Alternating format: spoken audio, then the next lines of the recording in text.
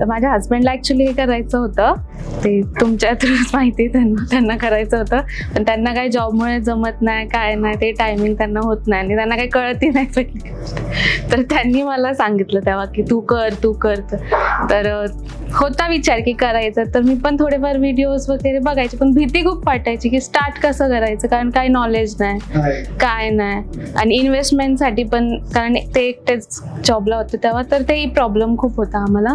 मग म्हटलं ठीक आहे, करू. तर मी बघायचे, पण काय असं आपलं असतं ना कॉन्फिडन्स, अजून माझा लोच होत गेला खूप दिवस की कसं करू मी म्हणून. मग नंतर म्हटलं की आता थोडं आम्हाला प्रॉब्लेम झालं, खूपच आमचा डाऊनफॉल झाला आता 3-4 महिन्यामध्ये काहीतरी. मग खूप इमोशनली आम्ही हे झालो. मी तर घरातच असते तर खूप त्रास होत होता मला. तर ते म्हटले आता ह्याच्यातनं बाहेर तर निघायलाच लागेल आपल्याला कुठं ना कुठं. तर म्हटले मग करतो आता. तर मला जबरदस्ती त्यांनी पाठवलं, कर म्हणून.